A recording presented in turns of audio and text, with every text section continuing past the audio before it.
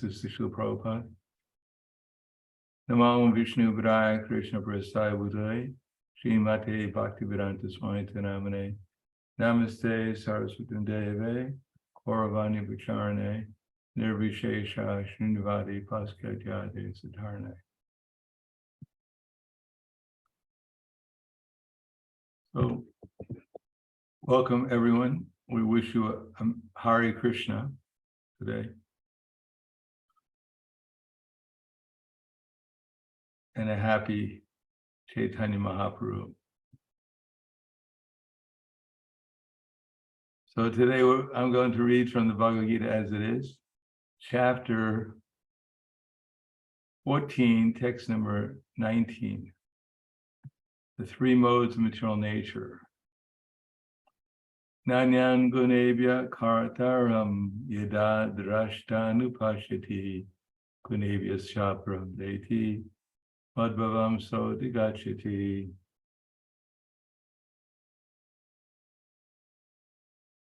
Translation and purport by His Divine Grace, A.C. Bhaktivedanta Swami Srila Prabhupada. When one properly sees that in all activities no other performer is at work than these three modes of nature, and he knows the Supreme Lord who is transcendental to all these modes, he attains my spiritual nature. So again, when one properly sees that in all activities no other performer is at work than these modes of nature, and knows the Supreme Lord who is transcendental to all these modes, he attains my spiritual nature. Purport. One can transcend all the activities in the modes of material nature simply by understanding them properly, by learning from the proper souls. The real spiritual master is Krishna, and he is imparting this spiritual knowledge to Arjuna. Similarly, it is from those who are fully in Krishna consciousness that one has to learn the science of activities in terms of the modes of nature. Otherwise, one's life will be misdirected. By the instruction of a bona fide spiritual master, a living entity can know of his spiritual position, his material body, his senses, how he is entrapped, and how he is under the spell of the material modes of nature. He is helpless, being in the grip of these modes. When he can see his real position, then he can attain to the transcendental platform, having the scope for spiritual life. Actually, the living entity is not the performer of different activities. He is forced to act because he is situated in a particular type of body conducted by some particular mode of material nature. Unless one has the help of spiritual authority, he cannot understand in what position he is actually situated. The association of a bona fide spiritual master, he can see his real position, and by such an understanding, he can become fixed in Krishna consciousness. A man in Krishna consciousness is not controlled by the spell of the material modes of nature. It has been already stated in the 7th chapter that one who is surrendered to Krishna is relieved from the activities of material nature. One way, for one who is able to see things as they are, the influence of material nature gradually ceases. So the verse again, Nanyam kunebhya kartaram idadrashtanupashiti kunebhya shapram peti madbhavam sodigachiti.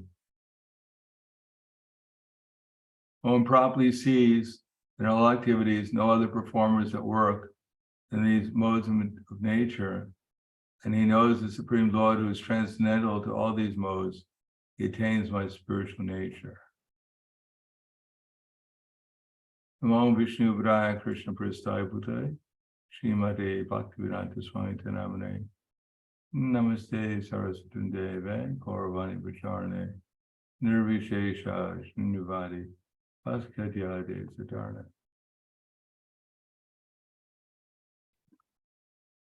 In this particular verse, Srila Prabhupada is emphasizing that we have to learn how to see things properly. There are two types of learning. One is called jnana, theoretical knowledge, and the other is called vijnana, applied knowledge. Both of these types of knowledge are important, and both of them are eliminated by improper action. Improper actions means, as Krishna says in the Bhagavad Gita, Trividam narakasyedam dwaram nashitam atmanaha kama krodha tata lobhas tasmat etam trayam triget. There are three gates leading to hell: lust, anger, and greed. Every sane person should become free from these three gates because they lead to the degradation of the self. The Prabhupada has explained that lust means to not satisfy the senses according to Krishna's direction. Krishna in Bhagavad Gita has also pointed out that one can satisfy his senses according to the regular principles. Since we have a material body, the material body, in order to function properly, also has to have the proper amount of eating, sleeping, sex, and defense. But too much, or even perhaps too little, would be detrimental to spiritual progress. Just like salt. In English, the word is to salt, to taste. If you put too much salt on food, then it becomes unedible. And if you put too little salt on the food, it also becomes tasteless. Therefore, one has to put the proper amount of salt on the food. In the prayers by one devotee, he sings Parama Karuna Pahadvijana Nityai Gora Chandra Sava Avatar Sara Shiromani Kevala Anandakanda. That there's two lords, Gaur and Nitai. They've given us a process which is simply joyful. Especially the chanting of Hare Krishna is meant to be simply joyful. Therefore, they're Parama Karuna. They're the most merciful of all the incarnations. Pahudvijana, Nityai Gorachan, Saba Avatara, Sara Shiromani, Kevala Anandakanda, Bhaja, Bhajavai. So it's recommended that one simply chant Hare Krishna. Chaitanya Nitai, just worship Gaura Nitai, Sudrida Vishvasakori, with a great vow. Vishayacharya, Seira Semajia, Muke Bolo Hari Hari. So one can go on chanting Hare Krishna, but not to get carried away by the senses. One can gratify the senses as necessary, but not to become carried away by thinking that sense gratification is the aim of life. Therefore, in Bhagavad Gita, Krishna says, because Arjuna is in a dilemma, he wants to make spiritual advancement, but he's being carried away, and he doesn't know what he's being carried away by. He wants to do his duty, minimum his duty, because if our intelligence is carried away by the material nature, we can't even perform our duty properly. Duty means what Krishna wants us to do. Therefore, Krishna says in the Bhagavad Gita that Shreyan Swadamo Viguna Paradharma Sunustitat Shre Dharme Nidanam Shreyak Paradharmo Payavaha. That Shreyak Swadamo Viguna. It's better to perform one's own prescribed duty. even imperfectly, than to perform someone else's duty, even perfectly. Destruction in the cause of one's own duty is better, because to follow someone else's duty is dangerous. Of course, in this particular time that we're living in, no one actually knows what their duty is, in terms of Varna and Ashram, at least, because we're not living in a Varna Ashram society, and therefore it would be very difficult to figure out exactly if we're a Kshatriya or a Brahmin or a Vaishya or a Shudra. And actually we're none of these things, because we're actually Krishna's eternal servant. But we have to do something with this body, and therefore Srila Prabhupada has explained that replacing the Varnashram system in this age is the Sankirtan movement. In other words, if we want to become conscious of Krishna in this age, we have to become dedicated to the Sankirtan movement. That doesn't mean that everyone has to go and distribute books or spend the time in the temple worshiping the deity. That's nice if that's possible, but for the vast majority of people, that would be impossible. Therefore, one should have at least some regulated program in the morning, in the evening. If we can't have deities, at least we should have a picture of the Panchatattva and the Acharyas in our disciple succession. And in the morning and the evening, we should sit down with our family and chant Hare Krishna together, hear Srimad Bhagavatam, Bhagavad Gita, and offer our food to the deity. That way, we have a transcendental morning and a transcendental evening. And in the meantime, we should perform some service to the Sankirtan mission. That means that if we're a Brahmin, or at least if we have a taste for a dedication for preaching, we like to study, we like to tell others our realizations about Krishna, then we can have a service in the Sankirtan movement of giving classes or telling people about Krishna. If we like to organize, we should spend some time trying to help organize the Sankirtan movement. And if we're working, we have a job, along with supporting our family and hopefully engaging them in Krishna service, making our home into a temple.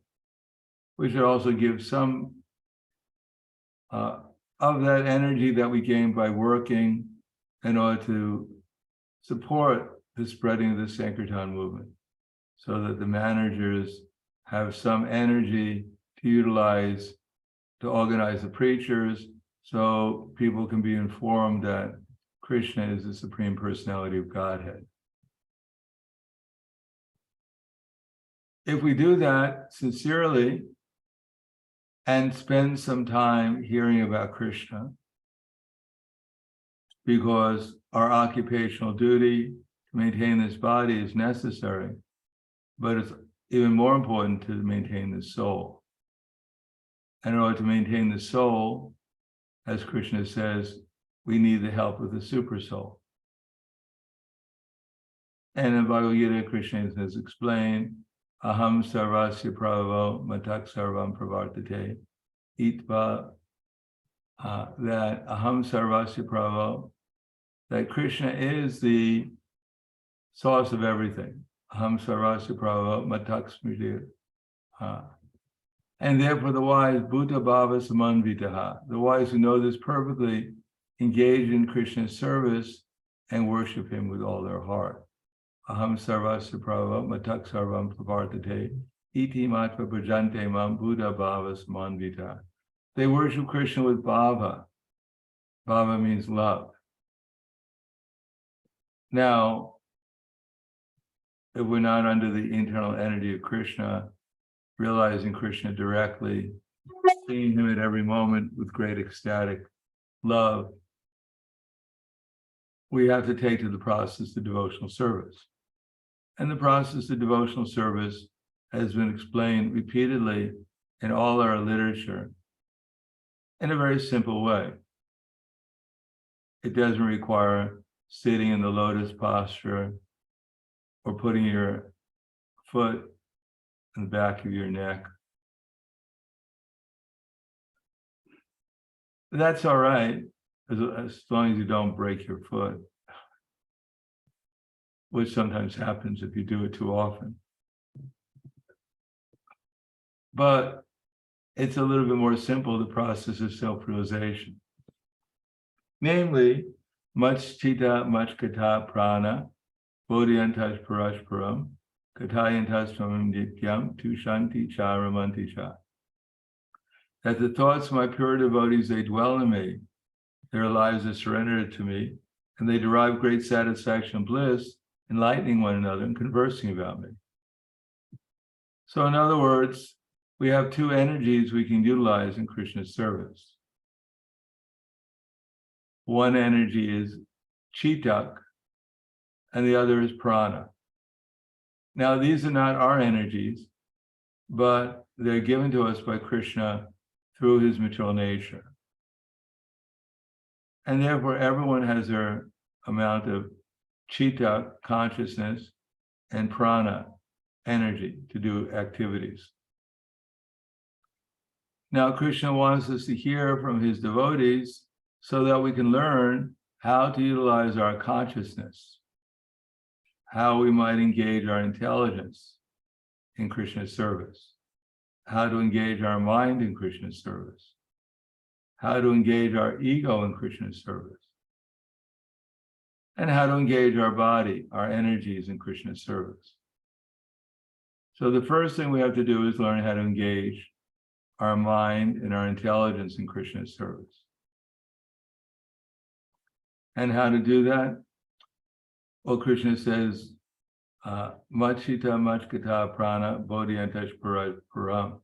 Our first business is to hear from devotees what their understanding of, what their experience of Krishna consciousness is.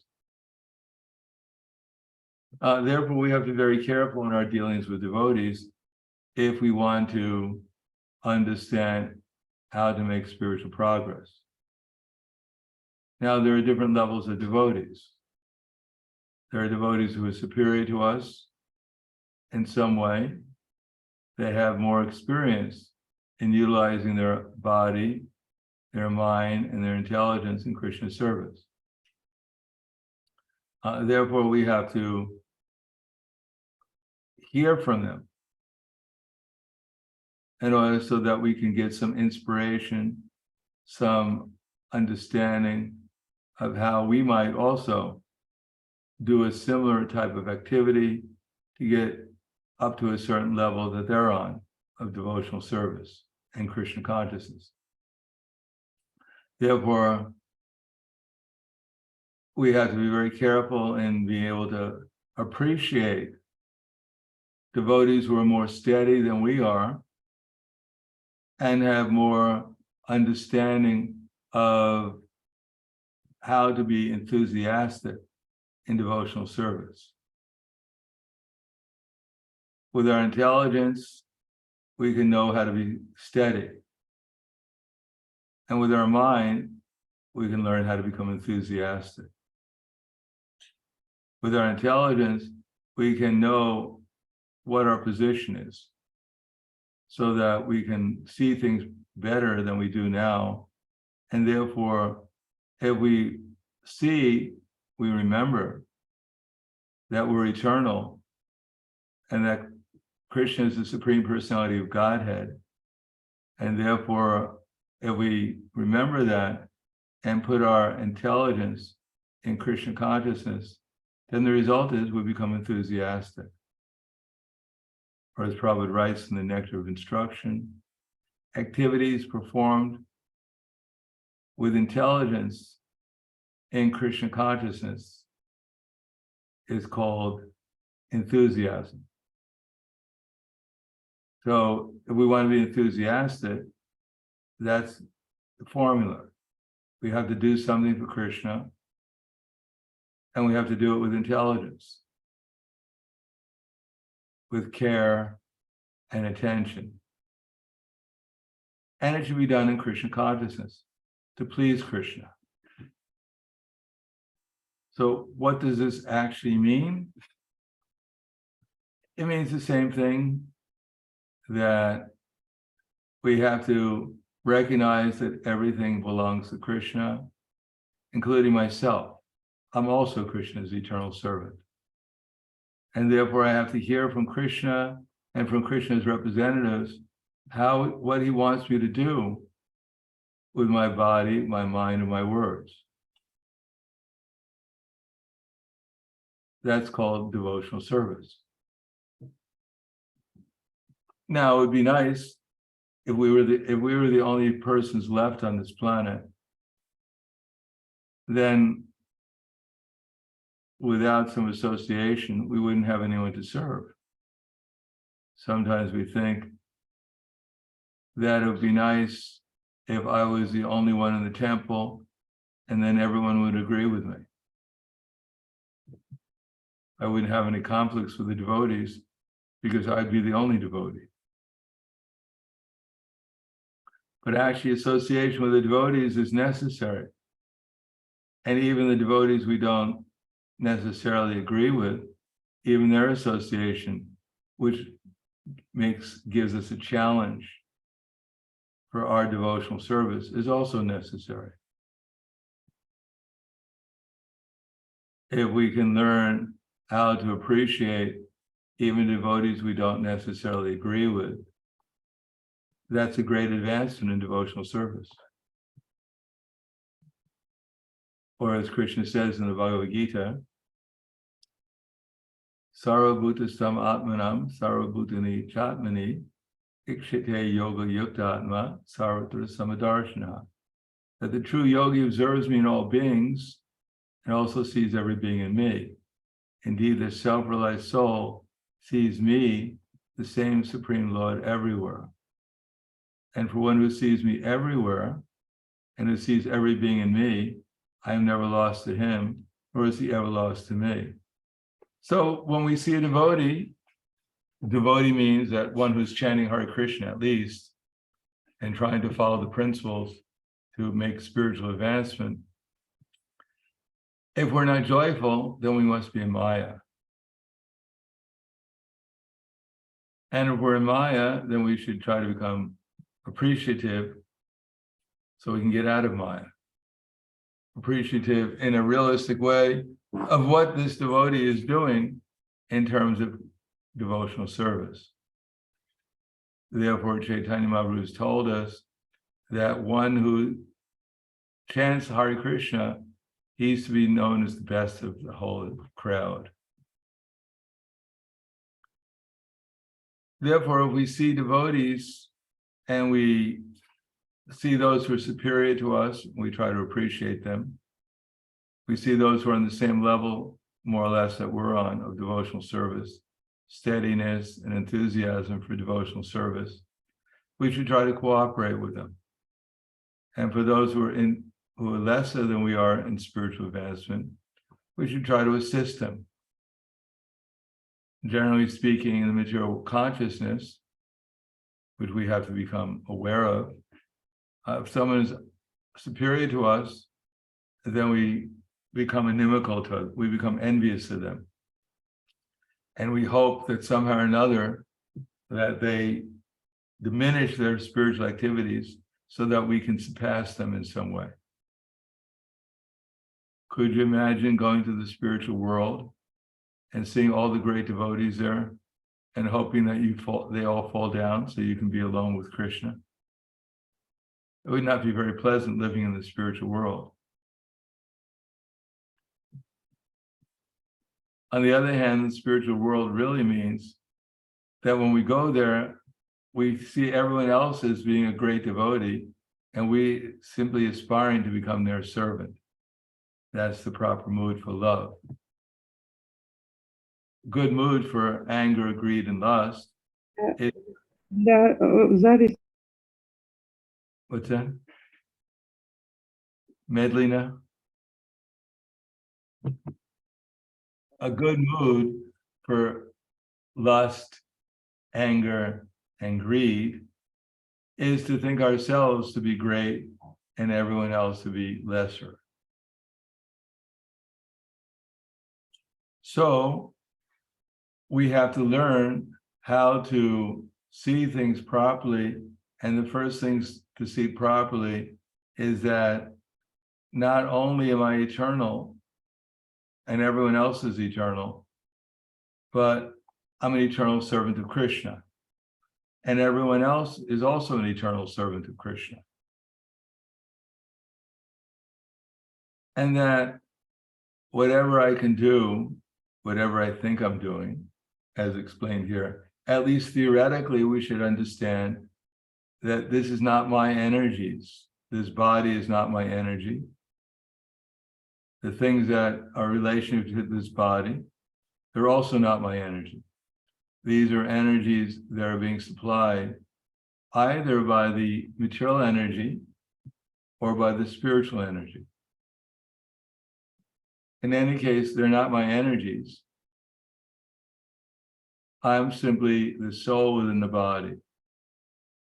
Or as Krishna says in the Bhagavad Gita, Anadidvam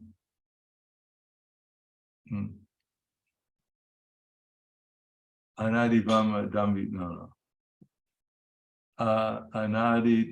Gunanitam Paramatmayam Avyam Shariras Tompikontiana Karotina Lipite. That those who can see with the eyes of eternity can see that the soul is transcendental, eternal, and beyond the modes of material nature. Despite contact with the material body, or Arjuna, the soul is actually doing nothing, nor is he entangled. So this is very difficult to realize. And it's even a little difficult to understand theoretically that we're not the doer of the activities, that we're simply the observer and the experiencer, and we're the desirer. Based upon our knowledge and our circumstances, we desire in different ways. If we have the theoretical knowledge that everything is Krishna's, and that in order to find out what Krishna wants us to do, we have to constantly consult with Krishna's representatives. Now, of course, we may become too familiar and forget the fact that what we're doing is on the basis of mercy. In other words, like, for instance, Srila Prabhupada, I was hearing in one lecture, or one remembrance of Srila Prabhupada, Keshavarti Maharaj was with Srila Prabhupada on a morning walk, I believe.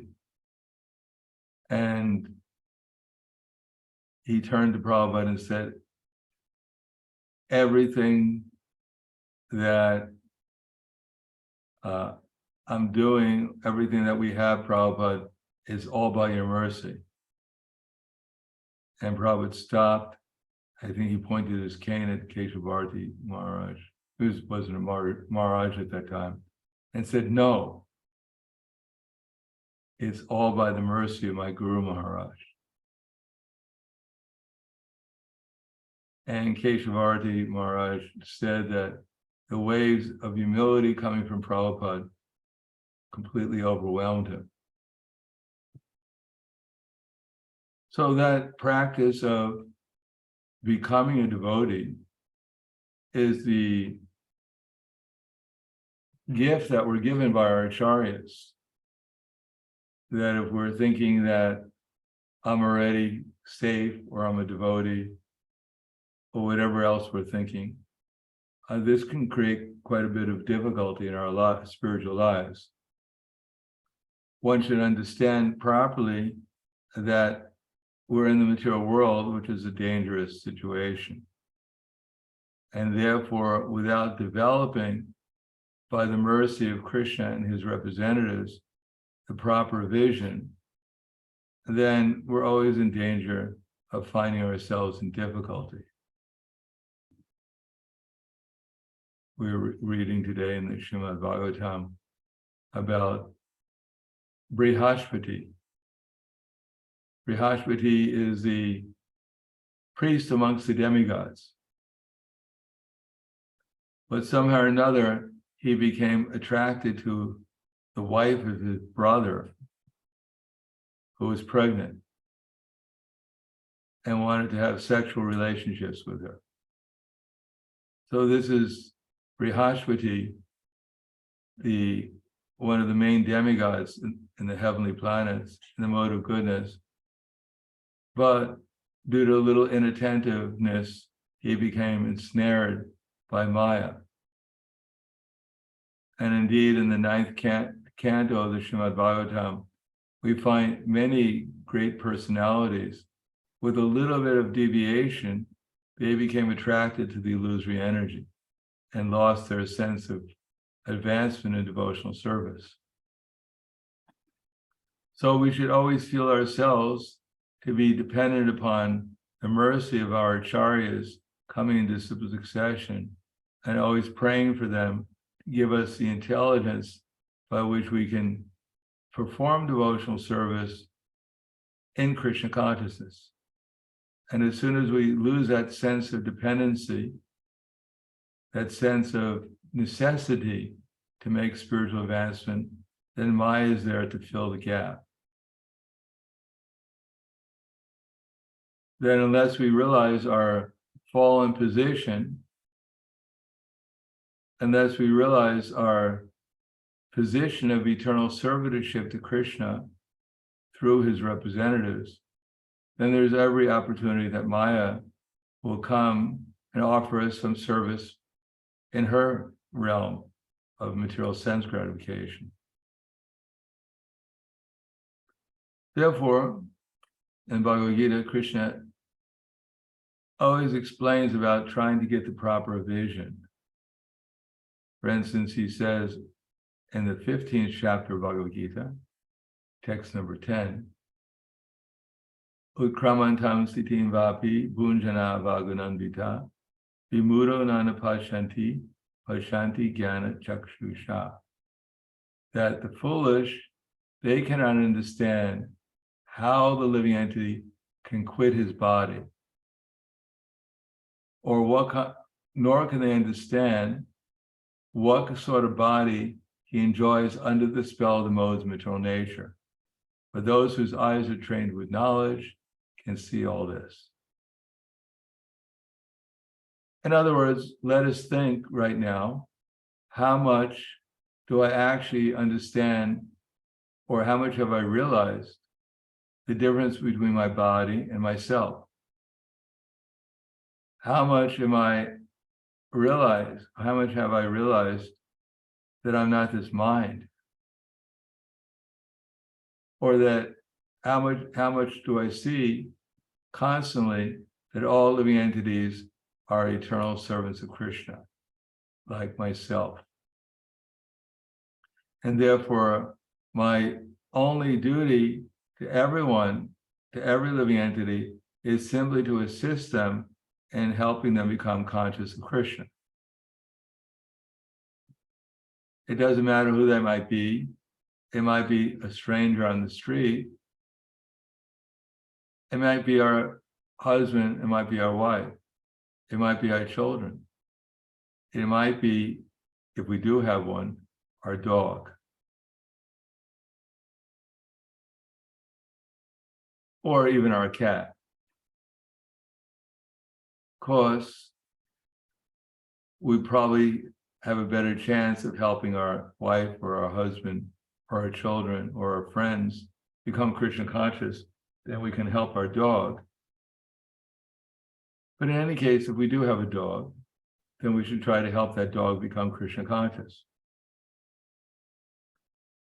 Just like Shivananda is saying, every year he would take the devotees to visit Lord Chaitanya Mahaprabhu on pilgrimage.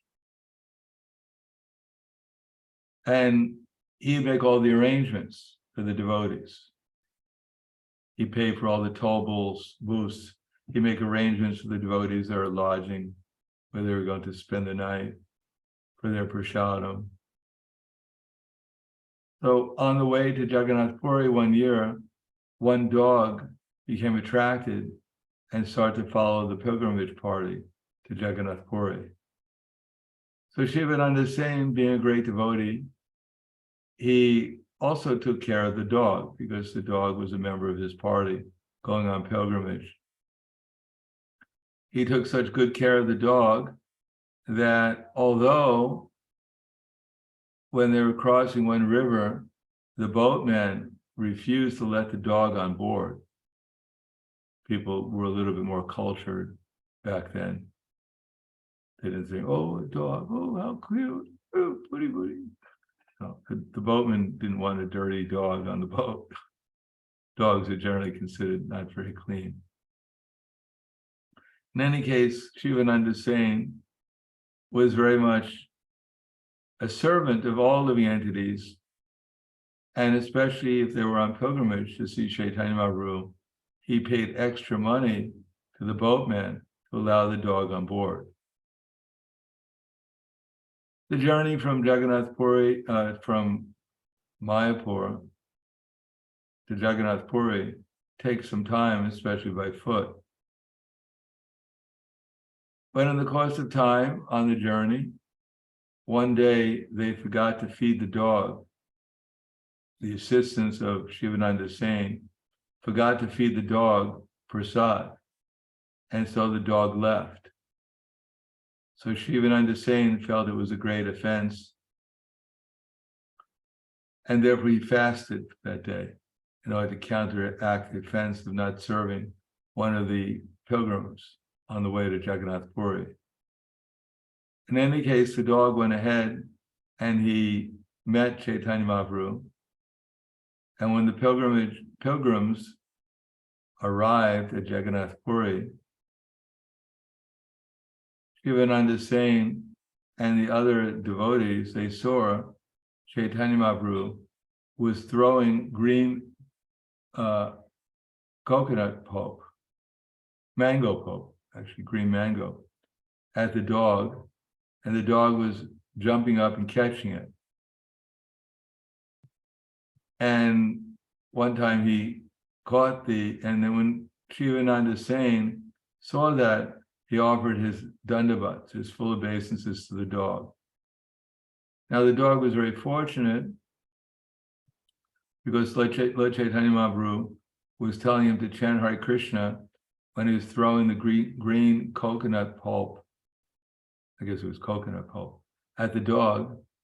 And the dog caught it, and he jumped up, and he got a spiritual body and went to Vaikuntha. Now, this doesn't happen every day, obviously. And I think if we threw some coconut pulp at our dog and told it to chant Hare Krishna, it would be very unlikely that it would go to Vaikuntha. In any case, still, if we have a dog, we should give it some prasadam. And even a dog can hear the holy name, chant Hare Krishna. But for most devotees, we have other things to do than to take care of a dog. There are so many other people who probably would be more receptive to our message of Chaitanya Mahaprabhu. In any case, the devotees are kind to everyone because they see everyone as Krishna's eternal servant. Therefore, they can understand not only how they're going to quit their body, but how all living entities are quitting their body.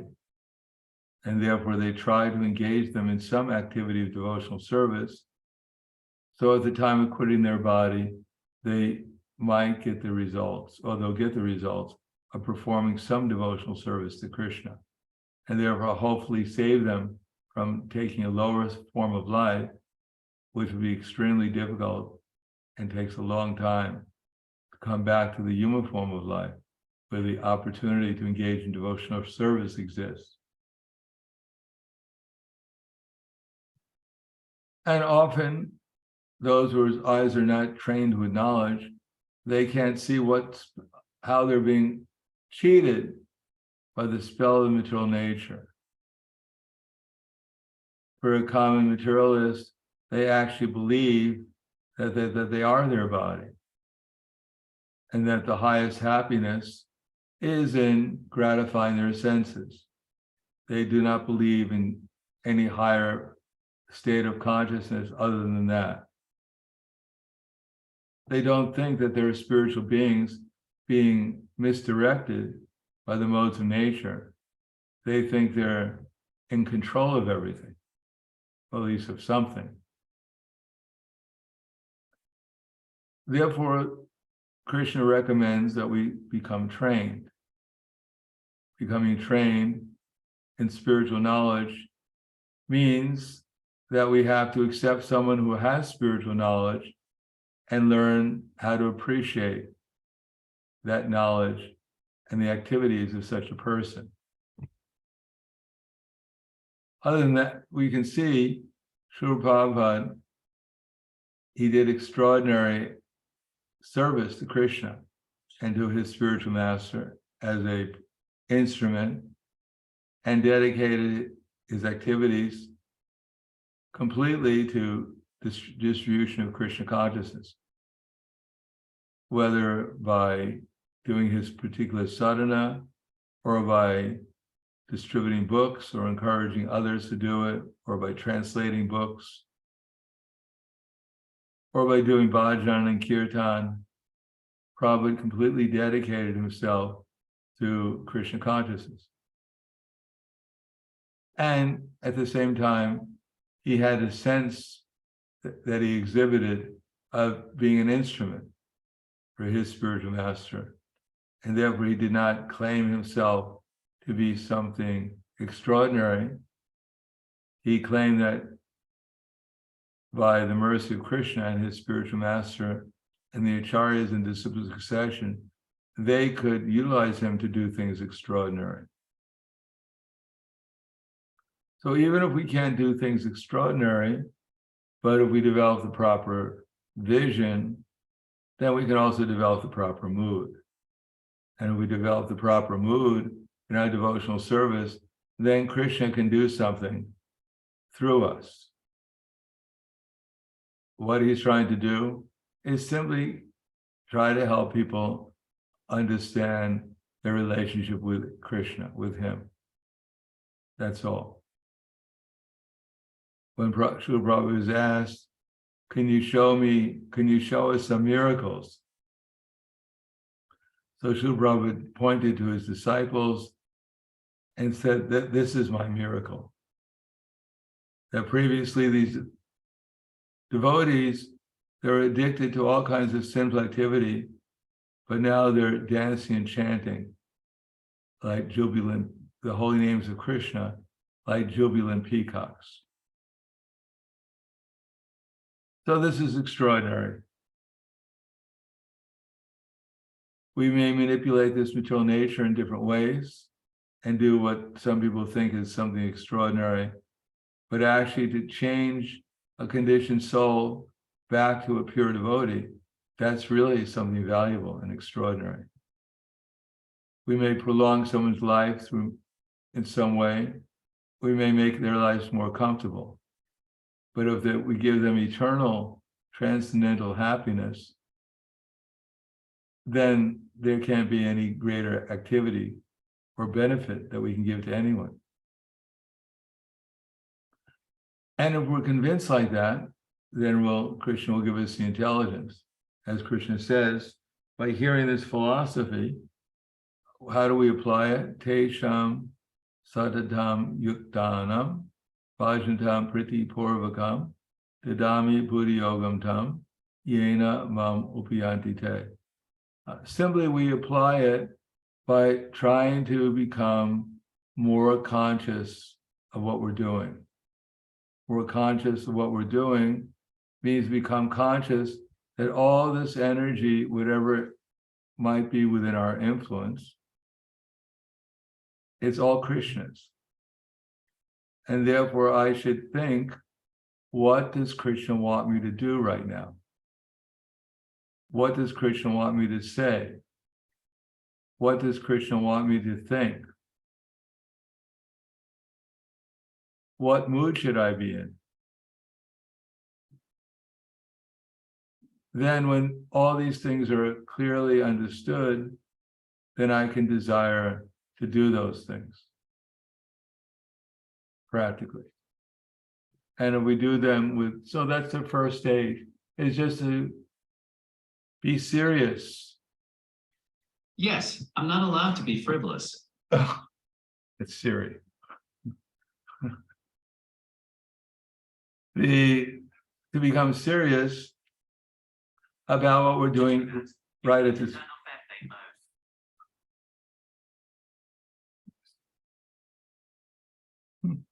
Even works when it's not even on. To become serious about what Krishna wants us to do. That we can do it at any moment, but we shouldn't wait till the end of Kali Yuga before we start thinking like that. To have that vision, everything here is Krishna's, and then become inquisitive. What does Krishna want me to do with his energy? And to do that with care and attention to please him. The result of that is Krishna says, Dadami Buddhi Yogam Tam. When Krishna sees we're serious about trying to be steady in our service, becoming thoughtful about what we're doing, then Krishna gives us the intelligence to do our service better with more enthusiasm.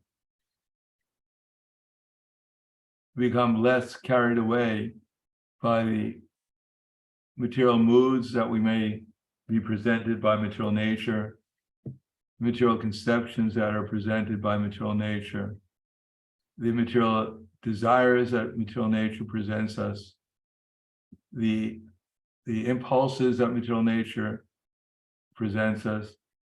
As Krishna says in the Bhagavad Gita, Evam Buddha Indriyani Tasmatvam Indriyani Ado Niyamya Bharatarshava Prapmanam Pradihiyenam Jnana Vijnana Nashitam. Therefore, in the very beginning, Arjuna curbed this great simplest sin by regulating the senses and slay this destroyer of knowledge and self-realization. In other words, it's within our power to go beyond the modes of material nature. It's very simple. If we accept and have faith and conviction in the words of Krishna and his representatives coming into super succession, we can take shelter of those instructions and those examples. And even when material nature presents some alternative to us, if we stick to the shelter of those instructions, then we can perform those, try at least perform those activities with our body, with our mind, and with our words in Krishna's service. We could try, instead of talking nonsense, we can talk about Krishna. Instead of eating anything that comes along, we can only eat Krishna prasadam. Instead of hearing some prajalpa on the internet, we can hear about Krishna and his service. That doesn't mean that we stop maintaining our body, but we do it in Krishna's service.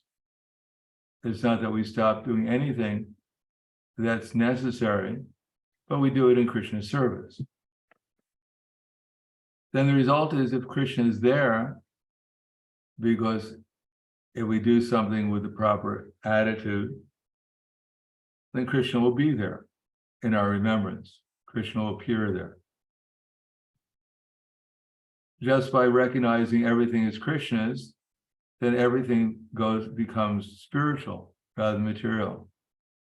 material means that we imagine that something is not Krishna's.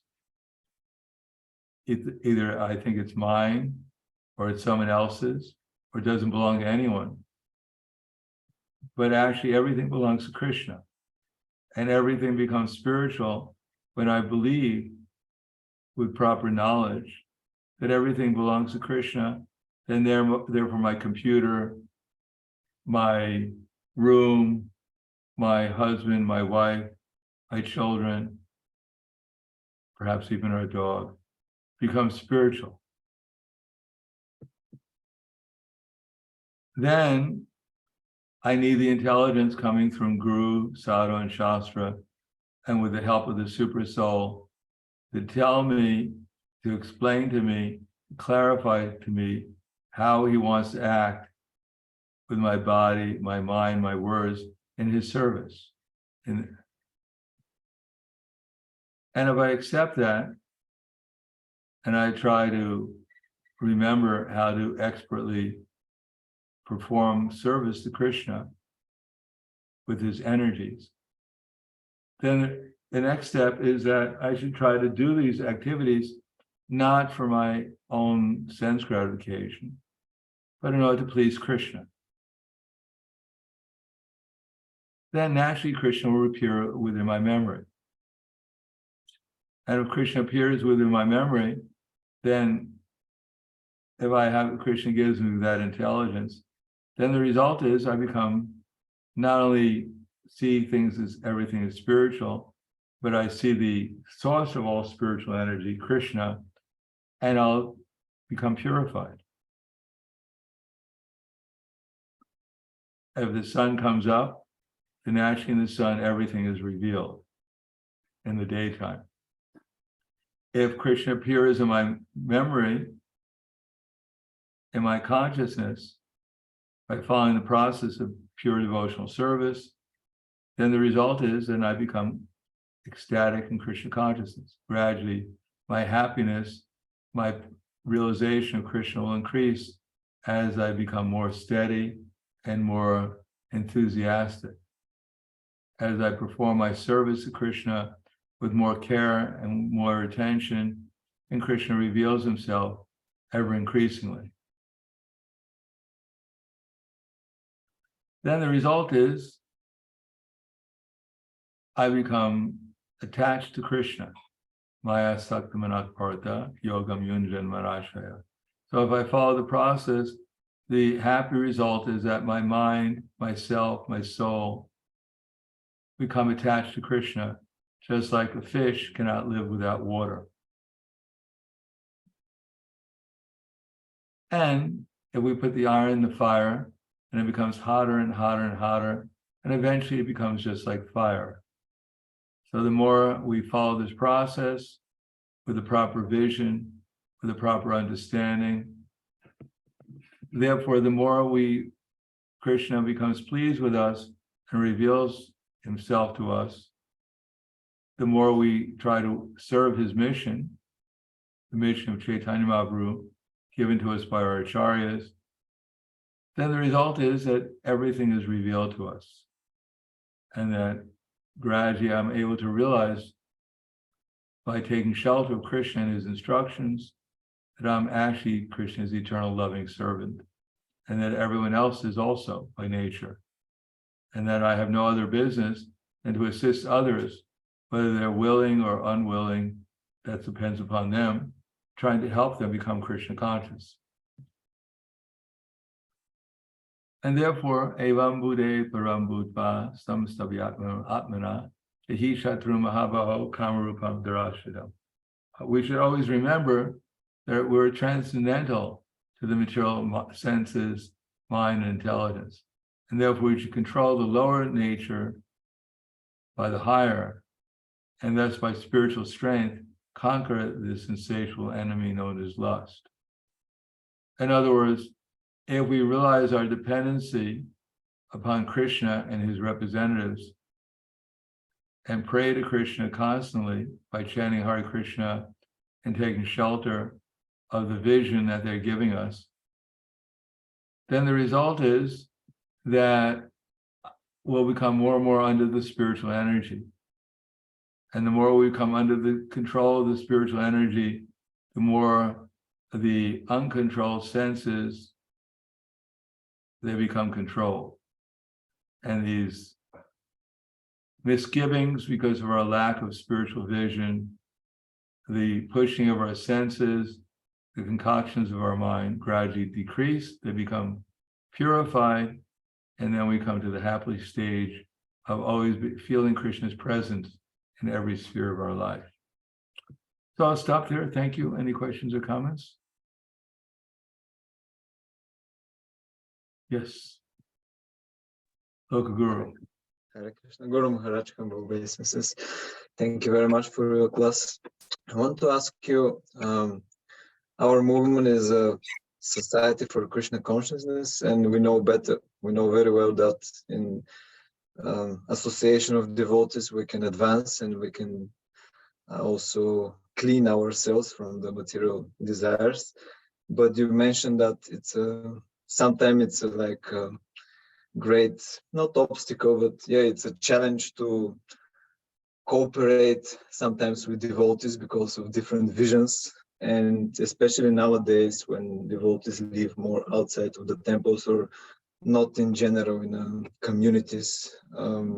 It's even a great challenge. And I spoke earlier with one devotee, and he was mentioning that yeah, he is living outside of the temple, and he goes to the temple and he serves devotees, but in one moment he starts to see different things, that he's starting to doing some offenses, and he prefers not to go so often. So how are we gonna comment or give advices to this kind of situations? Well, generally speaking, advice can be given to people who want to take advice. If someone wants to take advice, we may have some advice to them. And if someone is not really so receptive to taking advice, then my advice is you're probably better off not giving advice. Because there's one offense against the holy name, preaching to the unfaithful. Preaching to the unfaithful also means preaching to people who don't have faith in us. Therefore, if someone is inquisitive, then according to our understanding, we can try to help them. In terms of relationships with devotees, generally speaking, our relationships with devotees, most of the time, is because we don't know how to relate to them. And that's because we're carried away by ignorance and passion. So if we want to better our relation with the devotees, then we have to come at least to the mode of goodness so we can learn who we are and who they are. Now, of course, there are different devotees on different levels of spiritual attainment, and we may get along with some of them better than others. But our challenge is to find out how Krishna wants us to deal with others and pray to Krishna for the spiritual strength and the intelligence how to do it. That's our spiritual advancement. Because in the spiritual world, there are nothing but devotees.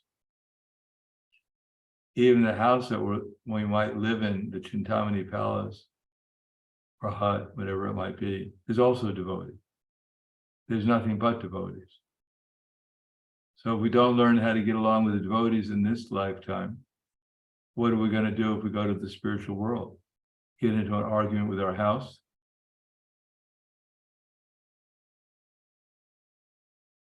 So it can be said, if somebody asks these kind of things, or it can be safe. It's like it's a self-test, or like that we can check what is our consciousness and perception if we cannot deal with devotees. So it's kind of a test for us, right?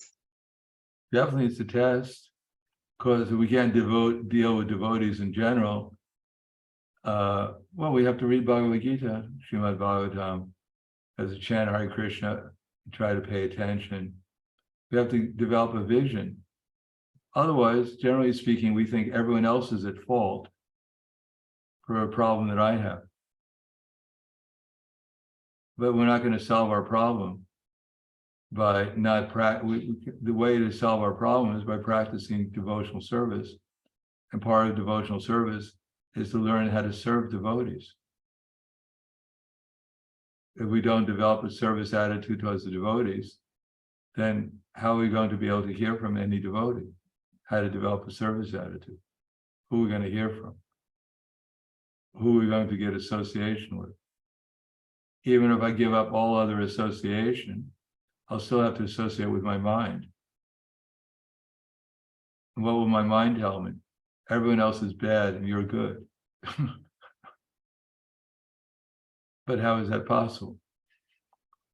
That everyone else is bad, which might include Krishna and all the other devotees, and you're good. So we have to associate with someone. Better to learn how to associate with the devotees in the proper attitude. So that will take some understanding of what our real position is and what's actually beneficial for us. It's in our benefit to learn how to appropriately serve different devotees. And in order to do that, we need some association with devotees. Otherwise, how will we learn it? And if we don't want to associate with any devotee in the temple, at least we should read Prabhupada's books in a submissive spirit to find out what my problems are and how to correct them. Then we might get inspired to do some practical devotional service in the association of devotees, if we take shelter of at least Prabhupada and his instructions. And chant Hare Krishna. Julian Yatra, Devidasi. Я на русском. Можно задам вопрос, Гуру Махарадж? Русском. Мои поклоны примите, пожалуйста. У меня вопрос связан с сегодняшней и еще со вчерашней лекцией. Вы сказали сегодня, что преданные должны быть добры друг другу и помогать друг другу служить, в служении. Как же понимать, у меня просто сейчас, я живу в этой ситуации, мне сложно понять, как же преданные, например, находящиеся в одной общине, могут хотеть убить преданных из другой общины и желать им смерти, и, потому что они по телевизору им сказали, что другие преданные фашисты. Просто поверить телевизору, как это возможно и как это правильно воспринимать. Okay. So, Maharaj, you have said that devotees have to be kind to each other. So it's very difficult for me to be in this situation where one kind of devotees are telling other kind of devotees from another place that they should be killed because they're fascists. And this is what the TV tells them to do, and they are feeling that way. So how do I understand it? How do I live with that? How do you live with it? We're not in control of everyone else. We're in control of our own consciousness. Therefore, we should recognize illusion when we see it. And rather than spending our time becoming disturbed by it, we should understand that most of the material world is an illusion. And even we're ourselves as aspiring devotees, we're subject to illusion. Therefore, even if someone is chanting Hare Krishna, even if someone is performing different aspects of devotional service, then we should respect them within our mind, but not accept their illusory understanding of things. And therefore, sometimes we might not associate with them so intimately, or even if we have to associate with them intimately, we just don't accept their mentality, that's all, because it's a product of illusion. If we see other living entities apart from Krishna, that's called illusion. And if we see everyone in relation to Krishna appropriately, then we ourselves can at least know what to do, what to think, what to say, in order to maintain our own Krishna consciousness and perhaps inspire others to become Krishna conscious too. Other than that, we should understand that we're in a hospital, and in the hospital, people are sick. So in a hospital where people are in material consciousness, and even they're aspiring to become devotees, they may have some misconceptions. So that's understood as being normal, that you expect people in a hospital to be sick. You expect aspiring devotees to sometimes have misconceptions. But if we have the proper conception, then we can try to help those who are receptive to us, but not try to unduly try to convince others when they don't accept us in authority of what might be a better vision for them. That Krishna will have to help them and teach them. We're not the super soul. We're not responsible for saving the universe. We're mostly responsible for saving ourselves by accepting the proper vision and the proper understanding, the proper mood, and the proper relation with other devotees. And pray for those devotees who have such misconceptions that they may commit offenses which might seriously impede their own progress in devotional service. All right, I think we'll stop there. Spasibo Bolshoi. Grantaraj Shrimad Bhagavad Gita Ki Jai. Srila Prabhupada Ki Jai. Hare Krishna. Hare Krishna, Guru Maharaj. Hare Krishna. Спасибо, Гуру. Братья и сестры. Hare Krishna. Hare Krishna, thank you so much. Hare Krishna. Hare Krishna, дорогие братья и сестры.